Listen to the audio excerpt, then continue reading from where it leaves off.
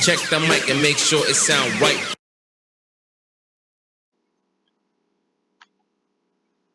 Hi, I'm DK Will, and this is DK Will Talk About It. And a couple of weeks ago, I did a video titled "It's All a Conspiracy Theory Until It's True." And in that video, I covered Russia's going to a gold-backed standard, and that's the thumbnail for that video that you see there on the screen. And the reason I covered it in an effort to try to help people wrap their minds around the often stated sentence that this is bigger than Iraq.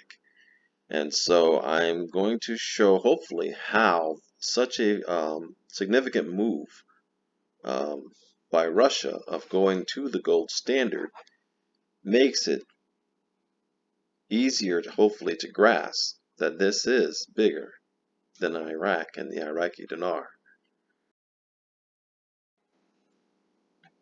And in that video I covered this article here, boom, Putin returns Russia to the gold standard. Now that right there is a monetary shift. That's a monetary system shift. And that's the article I covered in the prior video. I'm not going to cover it again in this video, but one thing it makes certain is that President Putin of Russia most certainly returned Russia to the gold standard, which is a change in their monetary system. However, in this article by Medical Kidnap, March 24th article, it says, will Russia backstop the ruble with gold? And as we read on, we're not going to read the entire article, of course, we all know that. But here it says the backstopping of the ruble with gold can come in many forms and doesn't have to be a direct peg from the ruble to gold. It can include accepting payment for oil in gold. And this article goes on to say, by quote the Raven, it says here that now that Russia has come right out and said that it will only transact in rubles when selling oil to unfriendly nations, I'm expecting gold to be the next safe haven for the nation to fall back on, as it desperately tries to backstop both its currency and its economy. The backstopping of the ruble with gold can come in many forms and doesn't have to be a direct peg for the ruble. We read that. It goes on to say, a more likely scenario of accepting payment for oil, the country's most ubiquitous and valuable resource in gold. Ubiquitous, a lot of it, all over the place. Okay, so that should immediately make us think of the petrodollar being threatened if Russia's only going to deal with their oil in rubles and or gold. And the petrodollar is what has made the U.S. Have the reserve currency back in 71. When Nixon took us off the gold standard. And here we can see that Russia is on full attack mode. Now they give a narrative and they talk about it as if it desperately tries to backstop both its economy and its currencies. I'm going to touch on that in this video here because that's the American narrative, that they're desperate. There's further proof along the way that they're not as desperate as they try to make it, and I'll speak on that. Because we can see here in this article, Russian gold-backed crypto slams the global US dollar standard as well. And so we see an attack on the petrodollar. We see an attack here via cryptocurrencies of gold-backed crypto and gold-backed currency from Russia that threatens the hegemony of the US dollar. And folks, that makes this a currency war on the greatest scale. And it's breaking US dollar bonds, it goes on to say.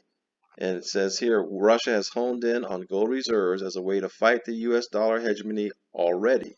Okay, so keep this in mind. I'm showing you how this is bigger than Iraq. Because Iraq is directly pegged to the dollar. Now, please keep that in mind. Iraq's dinar was directly pegged to the dollar, not to the Russian ruble, not to gold, at least not to gold yet. And so, as we can see, Russia is on full attack mode. And although the narrative says they're desperately trying to rescue their currency, that's based on a supposition that the fiat monetary system is the primary system that's going to exist and win. And if Russia wants to be a part of that system, they're under threat. However, folks, how many times have I said you can't trade maple leaves for gold leaves? And if Russia has gold-backed money and gold-backed crypto even, would you be willing to trade your paper money for gold-backed money? Would you be willing to trade your gold-backed money for paper money? Obviously, it depends on what side of the table you're on. If you have gold-backed money, you're not going to accept paper money for your gold. You're going to accept gold-backed money for your gold. So is Russia alone? No. Because we can see here on this News Punch article, and this News Punch article dates all the way back to March 25th of 2018, that back then Russia and China both were rolling out 100% gold-backed currency. Back then it sounded like a threat, didn't it? It sounded like a possibility. It says here that they have outlined plans to create a 100% gold-backed currency system, monetary system, to replace the US dollar as the world's dominant currency.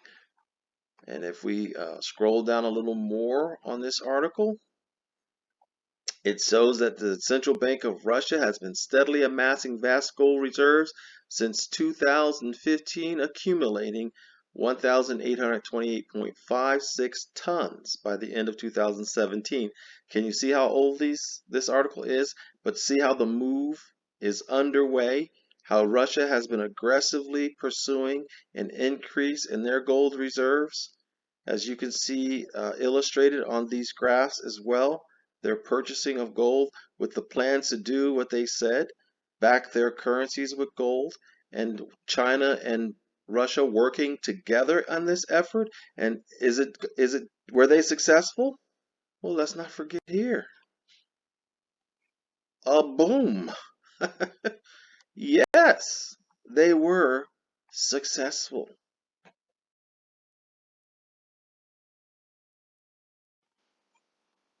And when I say they were successful, they, Russia and China, both, because here we can see China is making serious moves in global currency markets. We're talking about $5,000+ gold. Now, folks, gold is going up, and I've been saying it now for a good 4 years or more to a group I'm associated with. Place to be. Precious metals, that includes gold, of course, gold and precious metals, and cryptocurrencies, the right cryptocurrencies, and of course real estate, because they're never going to make, they're not making, other than China, they're not making more land. Okay, the earth is the earth. But yeah, China's involved too. Look here, China is making serious moves in global currency markets.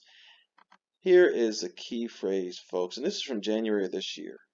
The world, which would include Iraq, edges closer to a new monetary system. To a new monetary system. Folks, this is bigger than Iraq. And if you'll notice that they didn't have their elections, you notice the prior video I said we'll be able to check because Saturday they were supposed to have their elections, but they didn't. They didn't. I wonder why. I wonder if it's in any way tied to this. This GCR, this is about Nasara and GCR, okay? And I covered this in a prior video too. You'll probably recognize that map there. What is GCR? Okay, as a part of GCR, I'm not going to cover, this is not the point of the issue, just other than the fact that how it all ties in. But you can see right here on the fourth one, it says it suspends all elections everywhere in the world. So while Iraq is kicking that can down the road, is it more to be compliant with this new changeover called GCR, Global Economic Change? And this transition that we're seeing that's occurring quite rapidly, is it the move for a new gold back currency. Something to keep in mind, folks, for those who, it's difficult sometimes to accept change. And some people have more difficulty accepting change than others. But how long, and I'm speaking, illustratively, okay? It's and where I'm at, winter's leaving and spring has come in, okay? So you still get some cold nights and you still get some warm days and nights. It's March in like a lion, like a lamb, okay? But but but how long with this seasonal change, unmistakable, inarguable, but seasonal change? I'll use myself as an example. How long am I going to go out wearing a vest or a jacket or a coat until I accept that, hey, winter's over and you can leave your coat at home? You need to make the transition and start peeling off some of those clothes. It's no different than those who have so much trouble accepting the change of the monetary system. Will I be wearing my coat on July 4th? While everybody else is in shorts and swimming trunks because I refuse to accept the change? I hope not. I hope not. Well, right in front of you, both Russia and China have gone and are going gold back, and I'm going to tie this in even bigger. And what it is doing, folks, whether you want to admit it, face it, or not, it's fading the US dollar hegemony. Now, they're giving a different story here in the United States out of pride and ego and deception as the reasons as to why this is happening. But the most certain thing that is happening, folks, is that there is a new monetary system coming into place. And as a part of that new monetary system, it includes the globe, which would include Iraq, and this is bigger than Iraq. Now, some would say, nah, the U.S.'s economy is too big, The U.S. economy is just too big for them to be successful. I talked about gold, okay? um, Read the tea leaves, folks. It might be a good place to put your money. That's a side note. But see, China's not alone. Russia's not alone. Saudi Arabia, another oil country, and China are forming close ties. China needs oil. China needs oil. So who do you think Saudi Arabia wants to take their money from? Gold-backed Chinese and Russian currencies or fiat American currencies? There's your answer right there. There's your answer right there. Because you see, this gold standard is a monetary system. Okay? And there was a basis for international monetary system from the 1870s to the early 1920s and from the late 20s to the 32, as well as from 44 to 71. It's not like it's a new thing in the sense that it never occurred before. So it shouldn't be too hard to wrap our heads around it because the only thing that changed it is when the United States unilaterally terminated it. Okay? Wrap your heads around it, folks. Because, see, China almost certainly owns more gold than the U.S. Let's consider that point. This article here, China almost certainly owns more gold than the U.S. It says here it almost certainly owns more gold than anyone else, including the USA. By how much? And why does it need so much gold? Well, gold-backed currency will answer that question. But this article speaks on why China might want to own a lot more gold than it's admitting. Now, we know they keep a lot of things behind that Chinese socialist curtain. Oh, folks, just like the old Iron Curtain, if you remember that. It says here, we've seen many examples over the last few decades of how the United States weaponized the dollar, exploiting its status as a global reserve currency. Okay? So the sanctions on Russia, this is timely stuff here, folks, and its removal from the SWIFT messaging system this week are perhaps the most dramatic examples of all. Russian citizens have had their wealth decimated. That's a U.S. narrative. Okay, I don't buy that they had their wealth decimated. Their money turned into gold-backed money. It'd be nice if the US's money turned into gold-backed money, and it will have to survive, and we'll touch on that too. It says China cannot be beholden to a banking system that is run by the West, the US especially, which is one of their weapons of war. Keep that in mind, folks. We are in a war. Okay? Russia, according to official figures at least, is the fifth largest gold owner of the world. Okay, and so if we look at the quote unquote stats, at least the um, presumed accurate stats, we can see the USA has over 8,000 tons. I've said it before in prior videos. And then you have Germany, Italy, and France, 2.4, 2.4, 3.4. So you got 2, 4, and 3 is 7, 8. So like I mentioned in one of my prior videos, the USA has as much, according to the accepted stats, as much as the next three in line. And then we get down to Russia, who keeps accumulating their gold, and then China, who keeps accumulating their gold. And I'm going to show how this is a bigger threat to the hegemony of the US dollar than one would accept, or one would be on the surface cognizant of. And so let's talk about that. The happy campers that you see here are the BRICS nations. In the middle, we have Brazil. Next to him, on his right, our left, you have Russia. And then you have India on his left. And then you have China, far right, our left. And then you have South Africa, far right, his left. Those are the BRICS nations. And for the sake of time, I can tell you that collectively, when you add up their reported gold reserves, you end up with over 5,000 tons of gold in comparison to the US's reported 8,100 tons. Keeping in mind, too, that South Africa is a gold mining nation. But beyond that, when you look at a list of countries' GDPs, and for the sake of time, I'm going to wrap it up a little more quickly. But you can see the United States estimated GDP by the IMF in the year 2021 was almost $23 trillion. But the thing about it is, when you start adding up the BRICS nations and you add their collective economies together, such as China's $16.86 trillion, and then you go to India's $2.9 trillion, you go to Russia's 1.6, Brazil's 1.6, 4 and 5-ish, and then you go to South Africa's, which was 0.4 something.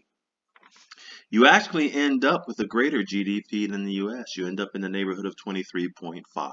You end up with a formidable foe to a hegemony, to a monopoly, to a dominance. And so when it comes to Iraq and making that transition of the monetary system, for those who do not believe the monetary system is undergoing a change, I've shown it to you here. And trust me, if you go into the blockchain technologies and cryptocurrencies and XRP and Ripple's partnerships and Hashgraph, Hedera's partnerships and Quant and all of them, you really become aware of how much the monetary system is changing. So if Joe Blow on the street like DK Will can dig in and find that information out, you can rest assured that the powers that be have already known that. Ball's in your court, remember? President Trump. And so that would include Iraq. They're not dumb people. They're actually very smart people. So when it comes to their elections not happening, well, I've already touched on that. And the reason is, if you believe the narrative, you go right on believe the narrative. If you can't accept that the weather's changing, then you go on accepting that the weather's not changing. And in July 4th, when everybody's in swimsuits and you're still wearing your coat because you refuse to let go of winter, even though the signs of the seasons were in front of you, then that's just on you. But folks, the signs of the seasons of the monetary system are in our face. And this is bigger than Iraq. The entire monetary system is changing. I hope you can see that. I hope this helps you begin to think in terms outside the narrative. I hope it begins to help you start digging beyond the narrative. And as DK will, and this is DK will talk about it, and I've talked about it, I also hope that you have a wonderful day.